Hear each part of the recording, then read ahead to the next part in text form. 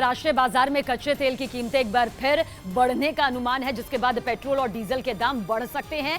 कच्चा तेल एक्सपोर्ट करने वाले देशों के संगठन ओपेक प्लस के एक फैसले की वजह से एक बार फिर तेल की कीमतों में आग लगने वाली है, जिसका असर बाजार पर दिखने भी लगा। पिछले कुछ दिनों से कच्चे तेल की कीमतें अंतर्राष्ट्रीय बाजार में $90 प्रति बैरल के करीब बनी हुई थी, लेकिन ओपेक प्लस देशों के एक फैसले के बाद कीमतों में 3% से ज्यादा का उछाल दर्ज किया गया। ओपेक प्लस उन देशों का संगठन है जो कच्चा तेल एक्सपोर्ट करते हैं, उनमें रूस भी एक है। इन देशों ने कच्चे तेल का उत्पादन कम करने का फैसला किया है।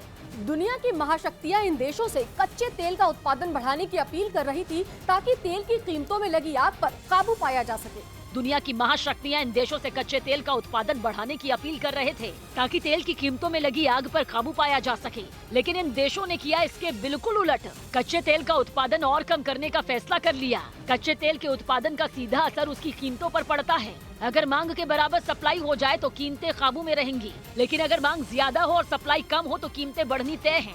तेल का खेल अब कुछ इसी रास्ते पर चल पड़ा है।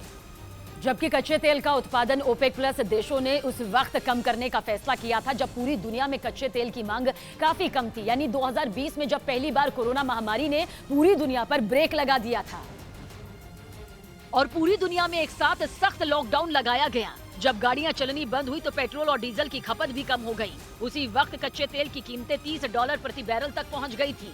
तब हालात संभालने के लिए ओपेक प्लस संगठन ने कच्चे तेल का उत्पादन कम करने का फैसला लिया था, लेकिन उसके बाद उस फैसले को पलटा नहीं गया था। लॉकडाउन हट भी गए और दुनिया कोरोना से आगे भी बढ़ गई। सब कुछ पहले जैसा हो गया, लेकिन कच्चे तेल का उत्पादन बढ़ाया नहीं गया था, क्योंकि कच्चे तेल का उत्पादन कम रखने में ही ओपेक प्लस देशों को ज्यादा फायदा होना तय है। अगर उत्पादन बढ़ेगा तो कीमतें भी कम होंगी, जिससे ओपेक प्लस का नुकसान होगा। लेकिन अब कच्चे तेल के उत्पादन में हर दिन 1 लाख बैरल की कटौती बाजार पर बड़ा असर डालने वाली है, क्योंकि इस फैसले की वजह से दुनिया के उन सभी देशों का गणित बिगड़ना तय है जो कच्चे तेल का इंपोर्ट करते हैं। महंगे तेल की वजह से उन सभी देशों की अर्थव्यवस्था पर भारी बोझ पड़ने वाला है, क्योंकि पहले ही पूरी दुनिया में महंगाई लोगों का हाल बेहाल कर रही है। अमेरिका से यूरोप तक और ब्रिटेन से अफ्रीका तक दुनिया की बड़ी बड़ी अर्थव्यवस्थाएं मंदी के कगार पर पहुंच गई हैं। ऊपर से यूक्रेन जंग के कारण बड़े व्यापारिक समीकरणों ने दुनिया को बेहाल कर रखा है।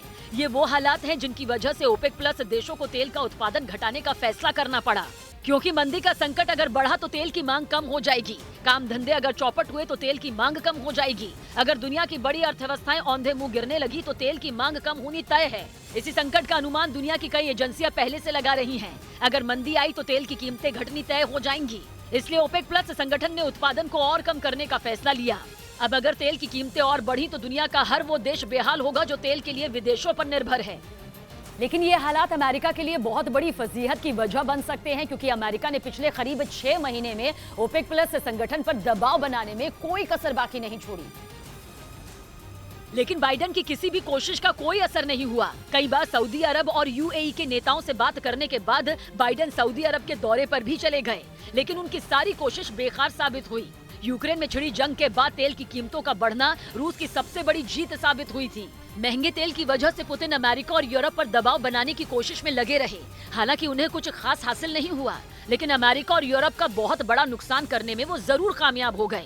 महाशक्तियों की इस टक्कर में दुनिया के वो देश फंस गए जिनका इस जंग से कोई लेना देना नहीं था। उन देशों की हालत खराब हो गई जो महंगे तेल का बोझ झेल नहीं पाए। बार बार बाइडेन तेल का उत्पादन बढ़ाने की अपील ओपेक प्लस से करते रहे, लेकिन उनकी हर कोशिश नाकाम रही। अब कच्चे तेल का उत्पादन और कम करने का फैसला बाइडेन के लिए इंटरनेशनल फजीहत से कम नहीं।